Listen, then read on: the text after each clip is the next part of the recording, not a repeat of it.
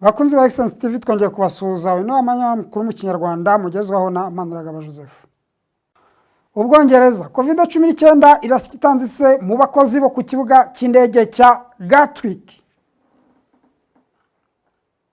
Ikibuga cy'indege cya kabiri mu bunini mu murwa mukuru w'Ubwongereza Gatwick gifite imbogamizi zikomeye zo kubura abagenzuzi bitewe n'impamvu zirimo n'ubwiyongere bw'ubwandu bwa COVID-19. Kuri wa mbere tariki ya 25 Nzeri ubuyobozi bw'iki kibuga cy'indege bwatangaje ko kuva ku cyumweru kugeza ubu byabaye ngombwa ko buhagarika ingendo 160 kubera ubuke bw'abagenzura urujya n'uruza rw'indege. Itangazo ryashyizwe hanze n'ubuyobozi bw'iki kibuga cy'indege rivuga ko ingendo z'indege zizasigara zitarenze 800 ku munsi, ubariyemo izizamuka mu kirere n'izururuka kugeza kuri uyu wa mbere ku ya mbere Ukwakira. Umwanzuro ngo wafashwe ku bwumvikane n'urwego rushinzwe kugenzura ikoreshwa ry'ikirere mu Bwongereza NATS. Ku gushyiraho umubare ntarengwa w'ingendo za buri munsi bizatuma isubikwa ritunguranye cyangwa ugukererwa kw'abagenzi bihagarara mu gihe NATS igihanganye n'imbogamizi zishingiye ku burwayi n'ingorane z'abakozi. Abagera kuri 30% by'abagenzuzi kuri ubu ntibari mu kazi kubera ibibazo bitandukanye by'ubuzima birimo na COVID-19 nk'uko inkuru ya Le Monde ibivuga. Amerika. Hillary Clinton yateguje abanyamerika ko Putin azivanga mu matora ya 2024. Hillary Clinton uri mu banyepolitike bakomeye muri Leta Zunze Ubumwe za Amerika yavuze ko Perezida Vladimir Putin yanga abanyamerika na demokarasi ndetse ashimangira ko Uburusiya bushobora kwivanga mu matora y'umukuru w'igihugu ateganyijwe muri 2024. N'ingingo Hillary Clinton wanahataniye kuyobora Amerika mu 2016 ariko akaza gutsindwa na Donald Trump yagarutseho mu kiganiro yagiranye na Jen Psaki wahoze ashinzwe itangazamakuru muri White House nk'uko tubikesha RT. Uyu mugore yavuze ko Putin yivanze mu matora yatsinzwe ndetse agaragaza ko bishobora no kongera kuba mu 2024. Ati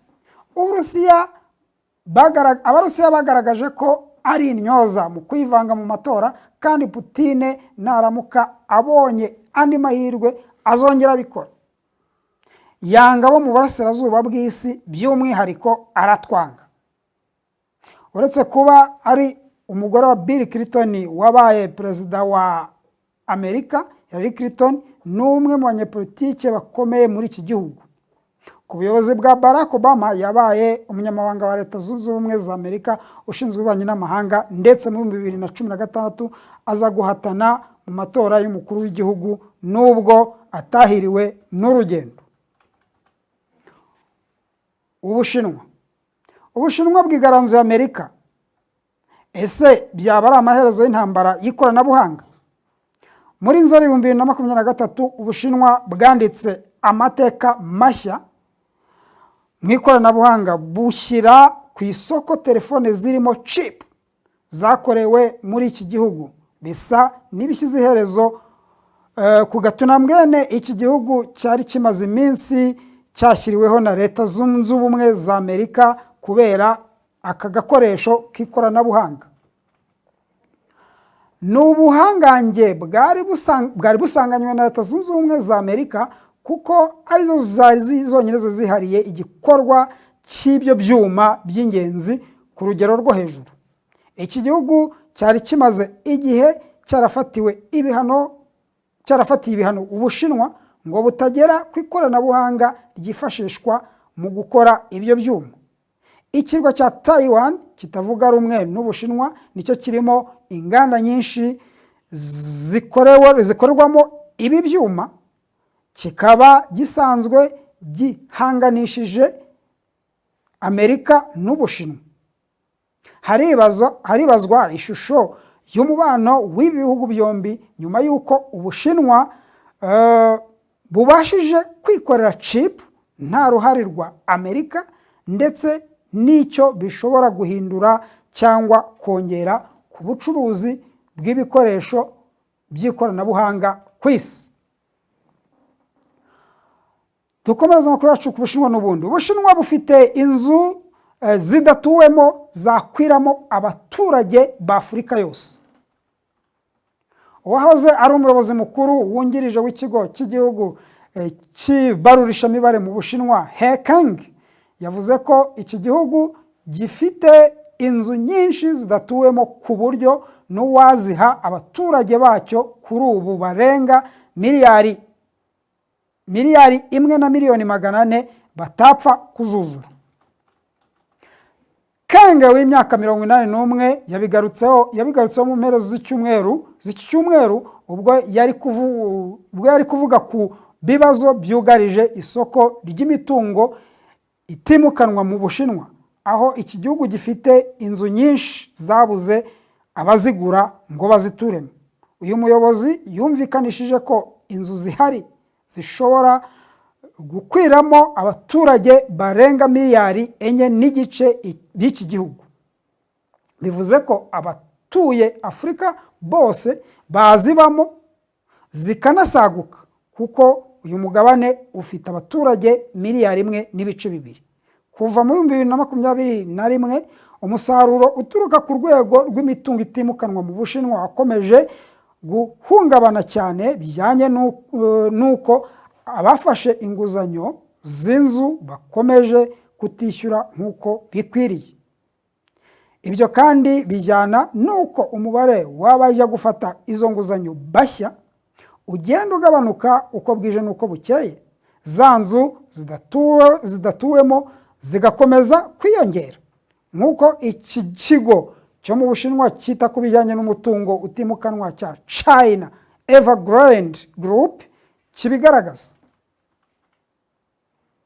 Ikigo cy'ibarurishamibare mu Bushinwa kigaragaza ko kugeza ku mpera z'ukwezi gushize muri iki gihugu habarurwaga inzu zo kubamo zitagurishijwe ziri ku buso bwa metero kare 648,000. Reuters yanditse ko izo nzu ziyongera ku yindi mishinga y'inzu zo guturamo zubatswe n'ibigo bitandukanye, aho kugeza ubu zose zitaragurwa. Bifitanye isano n'ibibazo by'ubukungu, aho amafaranga ibi bigo bishora muri ibi bikorwa aba ari menshi kurusha ayo byinjiza. Izi nzu kandi ziyongera ku zindi zari zaraguzwe n'abandi bashoramari muri 2016 nazo kuri ubu zitagira abazituyemo, bituma umubare w'inzu zidatuwemo mu Bushinwa ukomeza kwiyongera. Kang ati, wakwibaza ngo ni inzu zingahe zidatuwemo dufite uyu munsi?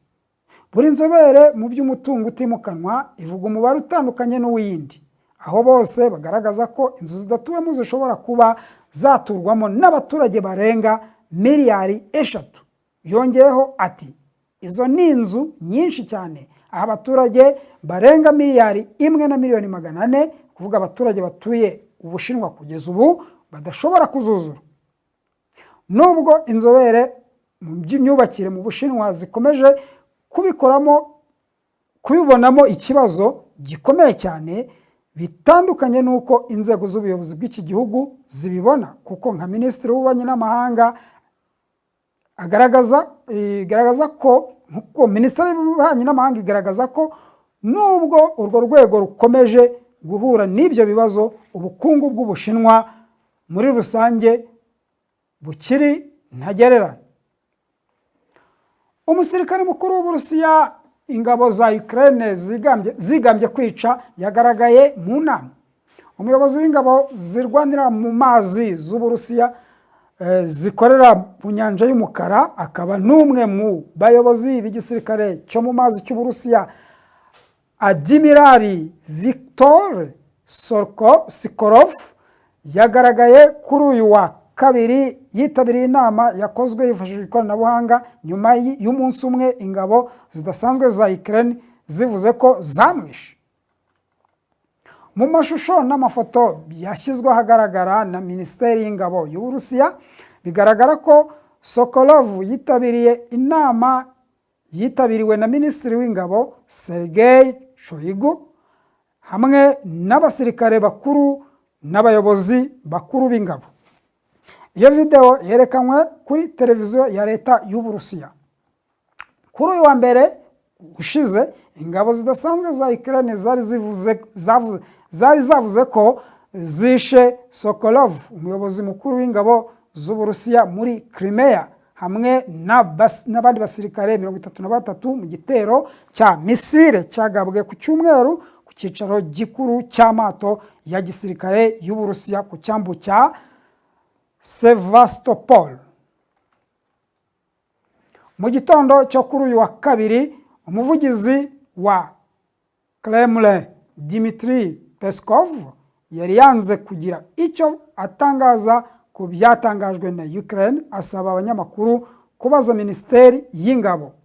Muri iyo video yashyizwe ahagaragara na Minisiteri, Shoigu yavuze ko muri Nzeri hapfuye abasirikare barenga 17,000 ba Ukraine, kandi ko intwaro zirenga 2,700 harimo n'imodoka za gisirikare z'abanyamerika zo mu bwoko bwa Bradley zasenywe. Bakunzi ba Excellence TV, amakuru yacu y'uyu munsi n'ahangaha tuyasoreje. Tubashimiye uburyo mudahwema gukurikirana ibiganiro tubategurira umunsi ku munsi. Amakuru yacu nakagaruka. Murakoze.